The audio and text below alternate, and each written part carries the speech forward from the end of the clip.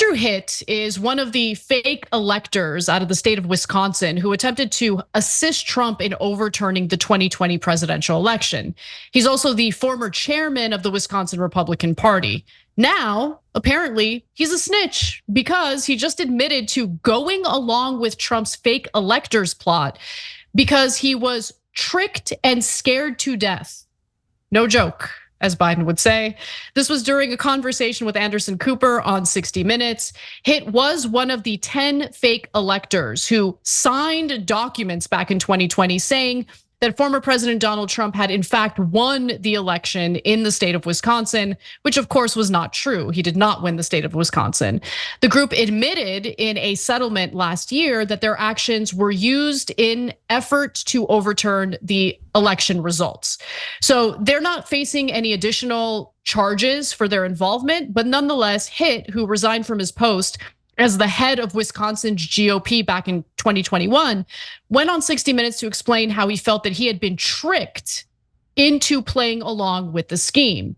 Andrew Hitt said that he was advised by the state GOP's legal counsel to sign the documents as a contingency in case the Trump campaign's legal case against Wisconsin's election integrity succeeded.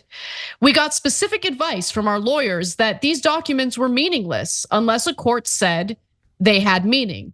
Now, what's really interesting about that argument, Cenk, is that electors in other states wanted to see that in writing.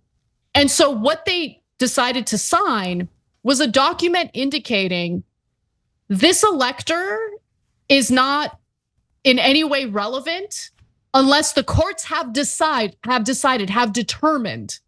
that there were issues with the election and this elector is able to serve as an elector. So those electors aren't facing any charges or aren't dealing with any legal repercussions for their involvement in the fake elector scheme because they were incredibly suspicious that the fake elector scheme was legal. In this case, Andrew Hitt, I don't know if he didn't read the actual document he signed, or if he didn't think to demand proper wording in that document to ensure that he provided enough protection for himself if this kind of situation would be prosecuted in the future. But now he's saying, listen, I got tricked. He added that he felt pressured into signing the document, fearful that he would be held responsible in the situation that Trump won the suit and the electors were not prepared. Hitt admitted this wasn't something he was comfortable with, but had to play along in the event that the United States Supreme Court did in fact overturn Wisconsin court's ruling.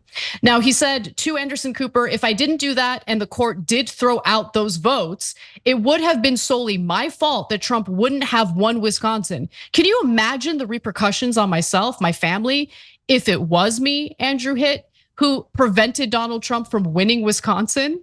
It was not a safe time. If my lawyer is right, and the whole reason Trump loses Wisconsin is because of me, I will be scared to death. If I knew what I knew now, I wouldn't have done it. It was kept from us that there was the alternate scheme, alternate motive. We might have millions of people watching this show, but you can be the difference maker because we just need 1% of our audience to be paid members. And then this show can be around forever. So you can make that difference. Click join now. So I've got more, Cenk, but are you buying what he's selling?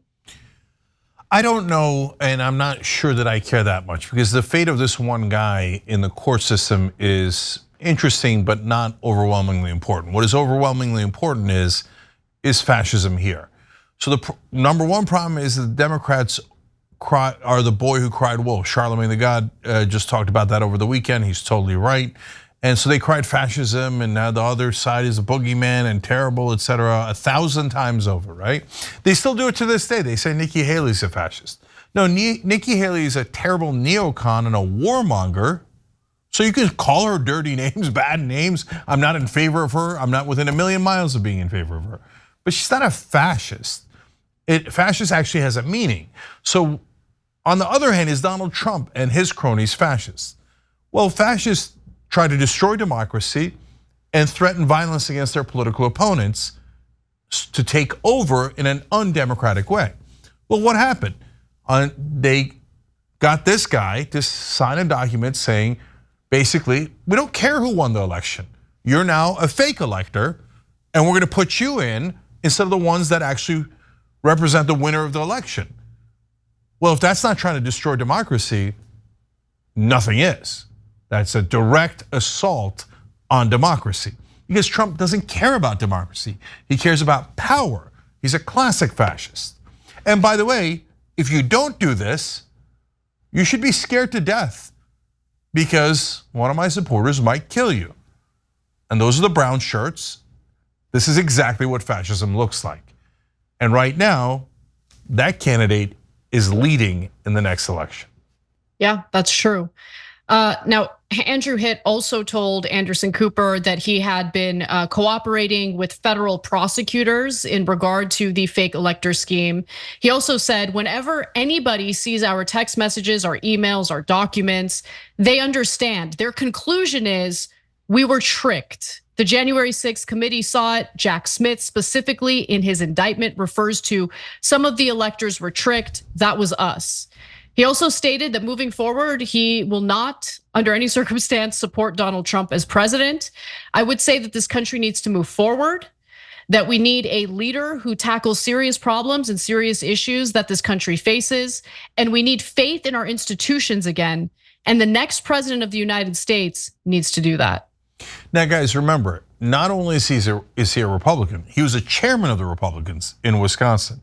Not only did he support Donald Trump and vote for Donald Trump in both elections, he was ready to be one of his fake electors.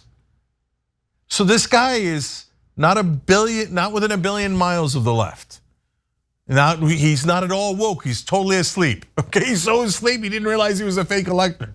So I know for MAGA, their facts and evidence are totally irrelevant. Logic is your enemy. But here is one of you guys saying, you're not getting it. We should pick a Republican and a right winger and a guy who takes the fight to the Democrats and makes fun of the libs and destroys them and all that stuff.